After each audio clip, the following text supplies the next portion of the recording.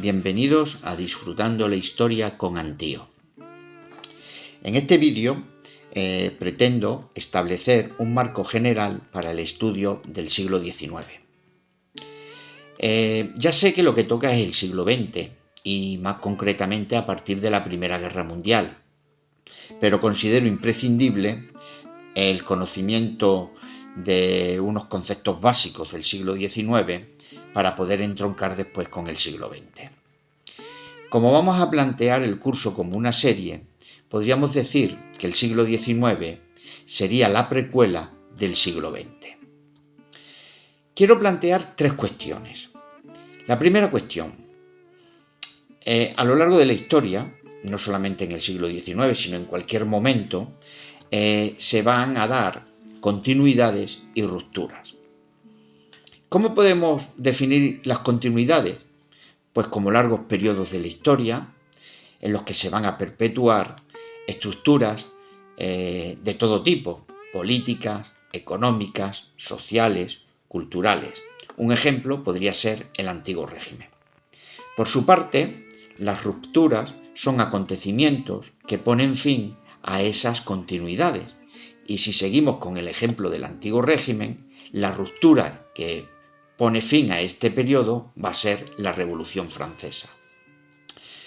De hecho, la expresión Antiguo Régimen procede de una expresión francesa, Ancien Régime, que era la que utilizaban los revolucionarios para denominar todo aquello que querían derrocar. No solamente las revoluciones van a ser puntos de ruptura en la historia, también las guerras. La Primera Guerra Mundial va a suponer una gran ruptura dentro del siglo XX. Ahora, dependiendo de cómo se sucedan las continuidades y las rupturas, pues se pueden establecer unos periodos históricos que no tienen por qué coincidir con los periodos cronológicos. Me explico. Cuando hablamos de periodos cronológicos, todo el mundo identifica un siglo con 100 años. Por ejemplo, el siglo XIX desde 1800 a 1899 y el siglo XX desde 1900 a 1999. Pero no tiene por qué ser así. Un historiador, uno de los mejores historiadores del siglo XX, británico, Eric Hobsbawm, planteaba la existencia de un largo siglo XIX y de un corto siglo XX. El largo siglo XIX iría desde la Revolución Francesa, finales del siglo XVIII, 1789, hasta el inicio de la Primera Guerra Mundial, adentrándose ya en el siglo XX, es decir, hasta 1914. Y el corto siglo XX iría desde la finalización de esta guerra, 1918, hasta 1991, que es cuando va a caer la URSS y podemos hablar del fin de la Guerra Fría. Además, esta terminología de largo siglo XIX y corto siglo XX es algo aceptado por prácticamente todos los historiadores. Bien, segunda cuestión. Si tuviésemos que definir el siglo XIX, este largo siglo XIX, de alguna manera, pues quizás lo más acertado sea definiéndolo como el siglo de las revoluciones. Porque no solamente empieza con la Revolución Francesa, sino que también se va a desarrollar una revolución económica, la revolución industrial, y se van a dar otras revoluciones como las de 1820, las de 1830 y las de 1848. Y lo que traen las revoluciones son cambios y transformaciones.